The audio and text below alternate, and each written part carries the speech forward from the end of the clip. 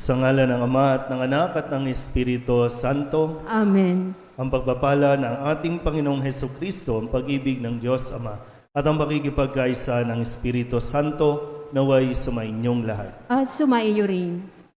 Mga kapatid, tinipon tayo bilang mga kaanib na angkan ng Diyos, kaya dumulog tayo sa maawaing Panginoong napapatawad ng lubos. Sinugong tagapagpagaling sa mga nagsisisi, Panginoon, kaawaan mo kami. Panginoon, kaawaan mo kami. Dumating na tagapag-anyayang mga makasalanay magsisi, Kristo, kaawaan mo kami. Kristo, kaawaan mo kami. Nakaluklok ka sa kanan ng Diyos Ama para ipamagitan kami. Panginoon, kaawaan mo kami. Panginoon, kaawaan mo kami. Kaawaan tayo ng makapangyarihang Diyos, patawarin tayo sa ating mga kasalanan at patnubayan tayo sa buhay na walang hanggan. Amen. Manalangin tayo. Ama naming makapangyarihan, ang pananampalataya, pag-asa at pag-ibig namin ay iyong dagdagan at gawin mong mahalin namin ang iyong mga kautusan upang sa mga pangako mo kami maging dapat makinabang sa pamamagitan ni Jesucristo kasama ng Espiritu Santo magpasawalang hanggan. Amen. Umupo ang lahat.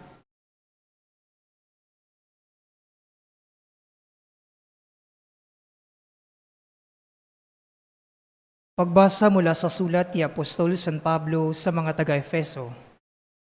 Mga kapatid, maging mabait kayo at maawain sa isa't isa at magpatawaran, tulad ng pagpapatawad sa inyo ng Diyos sa pamamagitan ni Kristo. Yamang kayo'y mga anak na minamahal ng Diyos, tularan niyo siya. Mamuhay kayong puspos ng pag-ibig tulad ni Kristo. Dahil sa pag-ibig sa atin, inihandog niya ang kanyang buhay bilang mahalimuyak na hain ng Diyos. Kayo'y mga hinirang ng Diyos, kaya't hindi dapat mabanggit man lamang sa inyong usapan ang anumang uri ng pakikiapid, karumihan o pag-iimbot. Gayon din ang anumang malaswa o walang kabuluhang usapan at pagbibirong di nararapat. Sa halip magpasalamat kayo sa Diyos. Alam ninyo na walang bahagi sa kaharian ni Kristo at ng Diyos ang taong mapakiapid, mahalay o mapag-imbot, sapagkat ang pag-iimbot ay pagsamba sa Diyos-Diyosan. Huwag kayong padaya kanino man sa pamamagitan ng mga pangangatwirang walang kabuluhan, sapagkat dahil sa mga gawang iyon, ang Diyos ay napupuot sa mga suwail. Kaya't huwag kayong makikisangkot sa kanila. Dati nasa kadiliman kayo, ngunit ngayoy nasa liwanag, sapagkat kayo'y sa Panginoon. Mamuhay kayo gaya nga ng nararapat sa mga taong naliwanagan. Ang salita ng Diyos. Salamat sa Diyos. Salmang tugunan ang ating pong itutugon. Lahat kayong mahal ng Diyos, sa Kanya dapat sumunod. Tayo pong lahat. Mahal ng Diyos, sa Kanya dapat sumunod. Mapalad ang taong hindi naaakit niyong masasama upang sundan niya ang kanilang payo at maling halimbawa. Hindi sumasama sa sinumang taong ang laging adhikay, pagtawanan lamang at hamak-hamakin ang Diyos na dakila. Nagagalak siyang laging magsaliksik ng banal na aral. Ang utos ng puon siyang binubuhay sa gabi at araw. Tugon. Lahat kayong mahal ng Diyos, sa Kanya dapat sumunod. Ang katulad niya ay isang punong kahoy sa tabing batisan. Sariwa ang dahot laging namumunga sa kapanahunan. At anumang gawin ay nakatitiyak sa magtatagumpay. Tugon. Lahat kayong mahal ng Diyos, sa Kanya dapat sumunod. Ngunit ibang-iba ang masamang tao, ipaang kawangis. Siya'y natatangay at naipapadpad kung hangi umiihip. Sa taong matuwid ay Panginoon ang siyang mag-iingat. Ngunit kailanman ang mga masama ay mapapahamak. Tugon. Lahat kayong mahal ng Diyos, sa Kanya dapat sumunod. Tumayo po ang lahat. Hallelujah,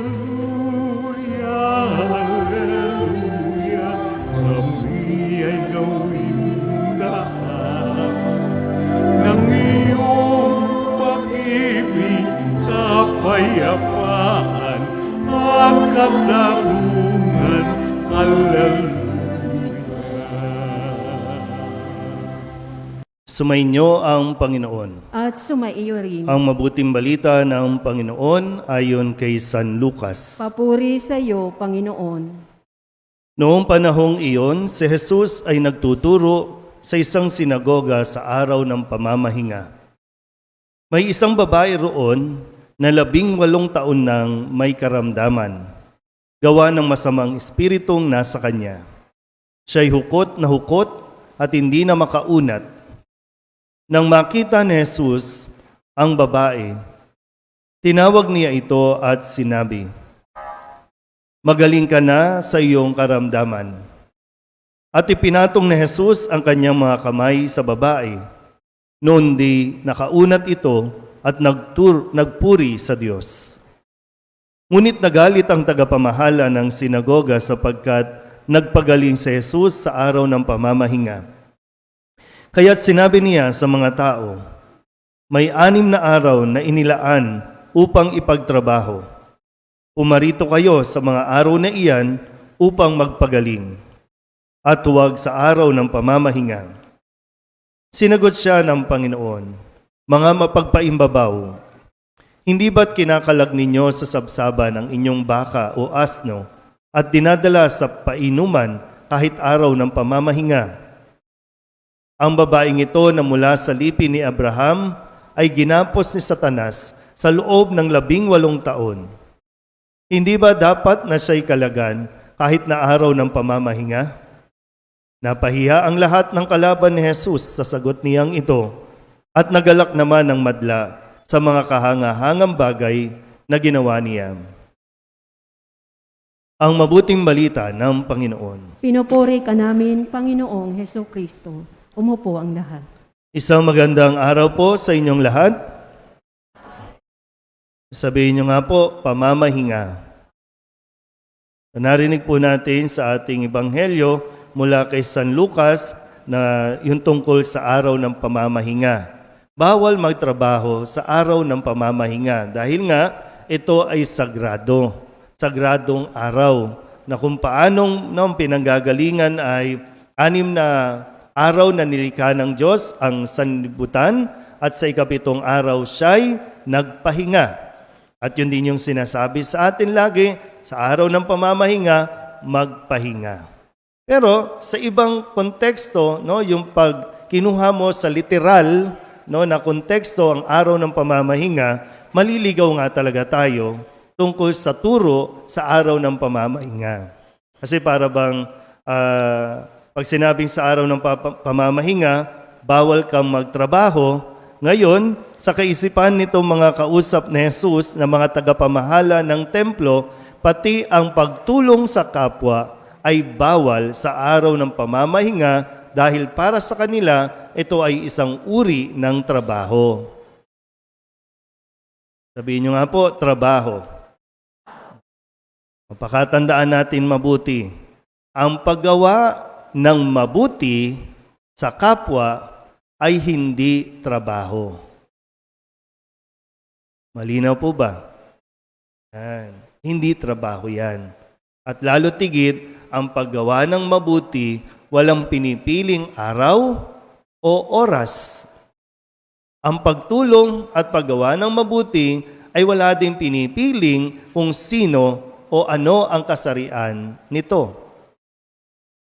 Kaya nga sabi, ito yung turo at patuloy na itinuturo ni Jesus sa ating lahat. Kung may pagkakataon kang tumulong, tumulong. Huwag nang ipagpaliban, huwag nang ipagpabukas. Kasi nga, kung ano ang tulong na ibibigay mo bukas, yun din naman ang tulong na may ibibigay mo ngayon. So bakit mo pa ipagpapaliban?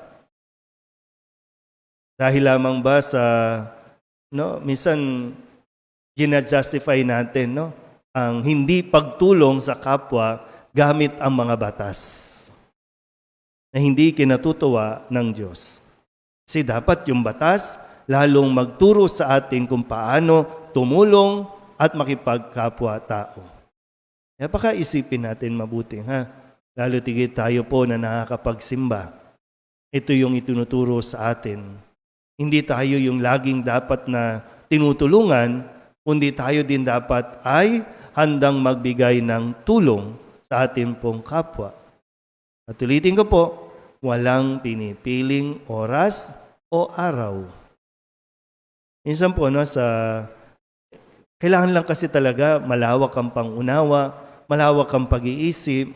Minsan kung makahusga din naman tayo, wagas. No? Hindi po bawal magbasbas ng patay kapag Lunes. Hindi bawal. Kasi minsan yung mga pamamaraan natin ng pagsasalita, di ba, no? Kaya nga sabi dito sa unang pagbasa, mag-ingat tayo sa pakikisangkot sa usapan, ha? Kung taong simbahan ka naman, dapat marunong kang magpaliwanag. Kasi bakit sarado ang simbahan kapag Lunes? Ha? Bakit sarado? Ha? Day off. Day off ng mga staff. Kasi ang pare hindi naman nagde-day off. Nagpapahinga pero hindi nagde-day off. Pero pag naririnig mo sa labas, bawal magbasbas sa pag Lunes, bawal. Bakit bawal? Hindi naman bawal. Yun nga lang kasi, minsan kailangan din natin isaayos, no? Minsan hingi tayo ng tulong sa simbahan, sarado, bawal. Kasi Lunes ngayon, bawal. Hindi naman. Kasi halimbawa po, no? Halimbawa lang, pagpatay, ilang araw na yang nakaburol? Isang linggo na. Tapos ililibing nyo ng Lunes. Sarado ang simbahan ng Lunes. Kasi walang staff. Pinag-day off din. Mga nagtatrabaho din yan na kailangan ng pahinga. Tapos pag nakasarado, pag sinabing sarado, ang sama naman ng mga taong simbahan na yan. Bakit ba hindi nyo in-schedule ng maaga? Kung 7 araw, 10 araw na nandiyan, kung kailan nililibing, saka kayo umanap ng pari. Pag hindi available yung pari, dahil nga, siyempre, wala namang schedule. No? Minsan, tamad naman ang pari na yan. Ang sama naman ang ugali ng pari na yan. Paano ba? Ano gagawin natin yan? Ito yung mga bagay na kailangan natin matutunan. No? Ang tagal na rin naman natin nasa simbahan. Pero ayaw kasi natin talagang matuto talaga.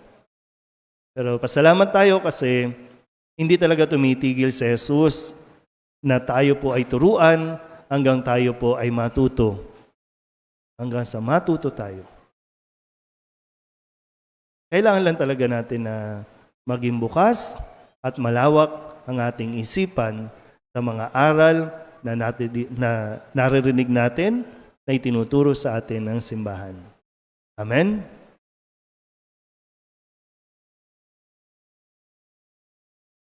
Higit nating naunawaan ang ating pangangailangan sa Diyos habang mas nakikilala natin siya ng lubos. Mula sa ating kakulangan, manalangin tayo sa ating pangangailangan sa Diyos Ama. Ang ating pong itutugon, Panginoon, dinggin mo ang aming panalangin. Panginoon, dinggin mo ang aming panalangin. Ang mga pinuno ng simbahan, naway ibahagi ng buo ang kanilang buhay sa paglilingkod kay Kristo. Manalangin tayo sa Panginoon. Panginoon, dinggin mo ang aming panalangin. Tayo naway maging bukas ang puso at makawala tayo sa ating pagkamakasarili upang sikapin nating iabot ang kamay natin sa ating kapwa. Manalangin tayo sa Panginoon. Panginoon, dinggin mo ang aming panalangin. Atin nawang makita ang mukha ni Kristo sa mga dukha at naghihirap. Manalangin tayo sa Panginoon. Panginoon, dinggin mo ang aming panalangin. Ang mga may sakit at yaong mga may suliranin, naway mabigyang aliw at kasiyahan. Manalangin tayo sa Panginoon. Panginoon, dinggin mo ang aming panalangin. Ang mga yumao, naway mabuhay magpakilanman sa Diyos. Manalangin tayo sa Panginoon. Panginoon, dinggin mo ang aming panalangin. Idulog din natin sa Panginoon ang ating mga personal na kahilingan at mga panalangin para sa ating mga pamilya. Ganon din ang mga kahilingan ng mga nanonood sa online. Lahat ng mga misang pasasalamat, natatanging kahilingan at mga kaluluwa na inihiling na ipagdasal sa misang ito.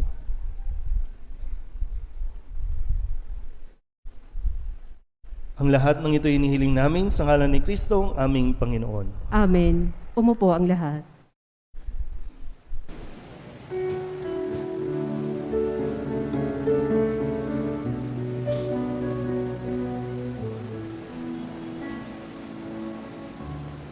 alay namin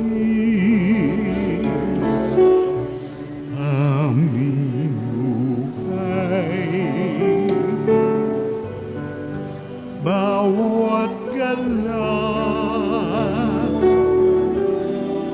at lumbay, bawat pangarap naming taglay sa palad mo ilalagay. Manalangin kayo mga kapatid upang paghahain natin ay kalugdan ng Diyos amang makapangyarihan. Tanggapin nawa ng Panginoon itong paghahain sa iyong mga kamay, sa kapurihan niya at karangalan sa ating kapakinabangan at sa buong sambayanan niyang banal. Ama naming lumikha, tunghayan mo ang mga alay na aming inihahain sa iyong kadakilaan upang ang paglilingkod na aming ginagampanan ay humantong sa iyong lalong ikadarangal sa pamamagitan ni Jesucristo kasama ng Espiritu Santo magpasawalang hanggan. Amen. Sumainyo ang Panginoon. At sumaiyo rin. Itaas sa Diyos ang inyong puso at diwa. Tinaas na namin sa Panginoon. Pasalamatan natin ang Panginoong ating Diyos. Marapat na siya ay pasalamatan. Ama naming makapangyarihan, tunay ngang marapat na ikaw ay aming pasalamatan. Sa iyong paglingap at kagandahang loob, ang tao'y nilikha mo at pinangangasiwa sa sansinukob. Sa hangad mong siya'y iwastong lubos, siya'y pinagdusa mo sa kanyang pagtalikod. Sa iyong paggiliw, iyong ipinahintulot na makabalik siya sa pamamagitan ni Kristo Jesus. Kaya kaysa ng mga anghel na nagsisiawit ng papuri sa iyo, nang walang humpay sa kalangitan, kami nagbubunyi sa iyong kadakilaan. Santo, Santo, Santo, Panginoong Diyos na makapangyarihan, napupuno ang langit at lupa ng kaluwalhatian mo. Hosana sa kaitaasan, pinagpala ang naparirito sa ngalan ng Panginoon. Hosana sa kaitaasan. Ama naming banal, ikaw ang bukal ng tanang kabanalan.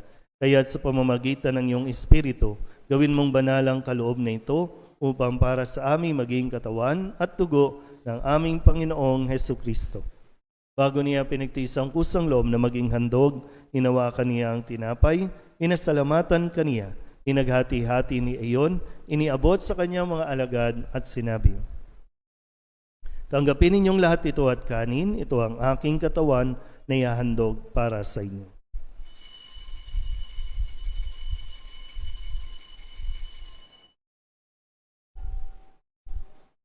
Gayun din naman ang matapos ang hapunan, hinawakan niya ang kalis, muli kaniyang pinasalamatan. Iniabot niya ang kalis sa kanyang mga alagad at sinabi, "Tanggapin ninyong lahat ito at inumin. Ito ang kalis ng aking dugo, ng bago at walang hanggang tipan, ang aking dugo na ibubuhos para sa inyo at para sa lahat sa ikapagpapatawad ng mga kasalanan. Gawin ninyo ito sa pag-alaala sa akin."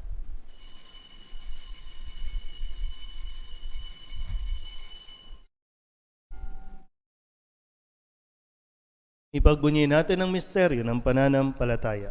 Si Kristo'y namatay, si Kristo'y nabuhay, si Kristo'y babalik sa wakas ng panahon.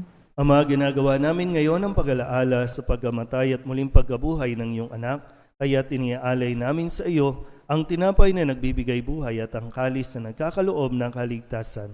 Kami nagpapasalamat dahil kami iyong minarapat na tumayo sa harap mo para maglingkod sa iyo. Sinasamo namin kami magsasalo-salo sa katawan at tugo ni Kristo ay mabuklod sa pagkakaisa sa pamamagitan ng Espiritu Santo. Ama, lingapin mo ang iyong simbahang laganap sa buong daigdig. Puspusin mo kami sa pag-ibig kaysa ni Francisco na aming Papa at ni Jose na aming Obispo at ng Tanang Kaparian. Alalahanin mo rin ang mga kapatid naming nahimlay na may pag-asang sila'y muling mabubuhay, gayon din ang lahat ng mga pumanaw. Tawaan mo sila at patuloyin sa iyong kaliwanagan. Tawaan mo at pagindapating kaming lahat na makasalo sa iyong buhay na walang wakas. Kaysa ng mahal na Birhen Maria na ina ng Diyos, ng kabiyak ng puso niyang San Jose, kaysa ng mga apostol at ng lahat ng mga banal na namuhay dito sa daigdig na kalugod-lugod sa iyo, may pagdiwang nawa namin ng pagpupuri sa ikararangal mo sa pamamagitan ng iyong anak na aming Panginoong Hesu Kristo. Sa pamamagitan ni Kristo, kasama niya at sa Kanya, ang lahat ng parangal at papuri ay sa iyo, Diyos amang makapangyarihan, kasama ng Espiritu Santo, magpasawalang hanggan. Amen.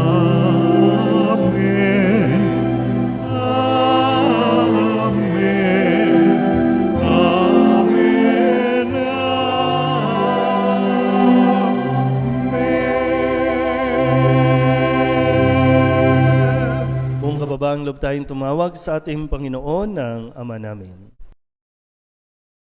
Ama namin, Sumasalangit ka, sambahin ang ngalan mo, mapasa amin ang kaharian mo, sundin ang loob mo dito sa lupa para nan sa langit. Bigyan mo kami ngayon ng aming kakanin sa araw-araw, at patawarin mo kami sa aming mga sala, para ng pagpapatawad namin sa nagkakasala sa amin, at huwag mo kaming ipahintulot sa tukso, at iadya mo kami sa lahat ng masama. inihiling namin kami edya sa lahat ng masama, pagkalooban ng kapayapaan araw-araw, iligtas sa kasalanan at ilayo sa lahat ng kapahamakan, samantalang aming pinananabikan ang dakilang araw ng pagpapahayag ng tagapagligtas naming si Hesu Kristo. Sapagkat iyo ang kaharian at ang kapangyarihan at ang kapurihan magpakailanman. Amen. Panginoong Hesu Kristo, sinabi mo sa iyong mga apostol, kapayapaan ang iniiwan ko sa inyo, aking kapayapaan ang binibigay ko sa inyo. Tunghayan mo ang aming pananampalataya at huwag ang aming mga pagkakasala. Pagkalooban mo kami ng kapayapaan at pagkakaisa ayon sa iyong kalooban, kasama ng Espiritu Santo, magpasawalang hanggan. Amen. Ang kapayapaan ng Panginoon ay laging sumainyo. At sumaiyo rin. Magbigayan po tayo ng kapayapaan sa isa't isa.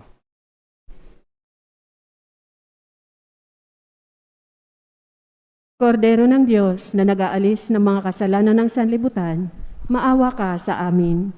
Kordero ng Diyos na nag-aalis ng mga kasalanan ng sanlibutan, maawa ka sa amin. Kordero ng Diyos na nag-aalis ng mga kasalanan ng sanlibutan, ipagkaloob mo sa amin ang kapayapaan. Lumuhod po ang lahat. Ito ang kordero ng Diyos. Ito ang nag-aalis ng kasalanan ng sanlibutan. Mapalad ang mga inaanyayahan sa kanyang piging. Panginoon, hindi ako karapat-dapat na magpatuloy sa iyo, ngunit sa isang salita mo lamang ay gagaling na ako. Katawan ni Kristo. Amen.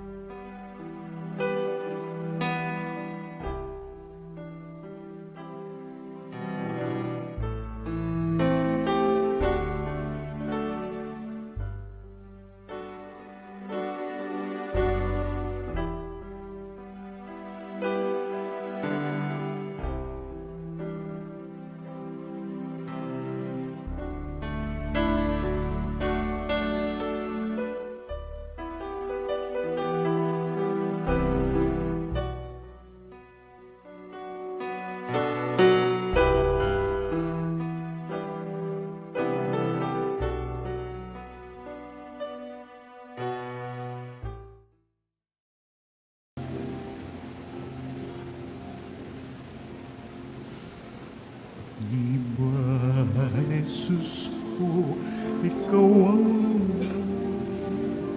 buhay ng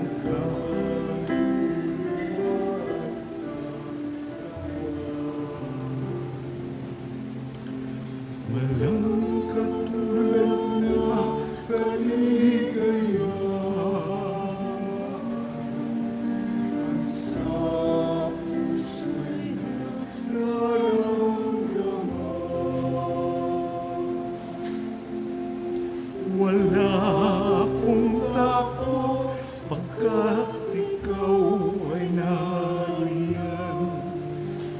alam ko rin ako ay di mo pababayaan.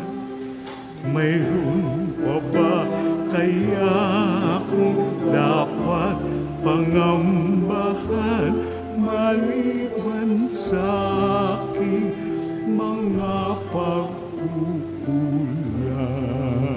pagkukulang?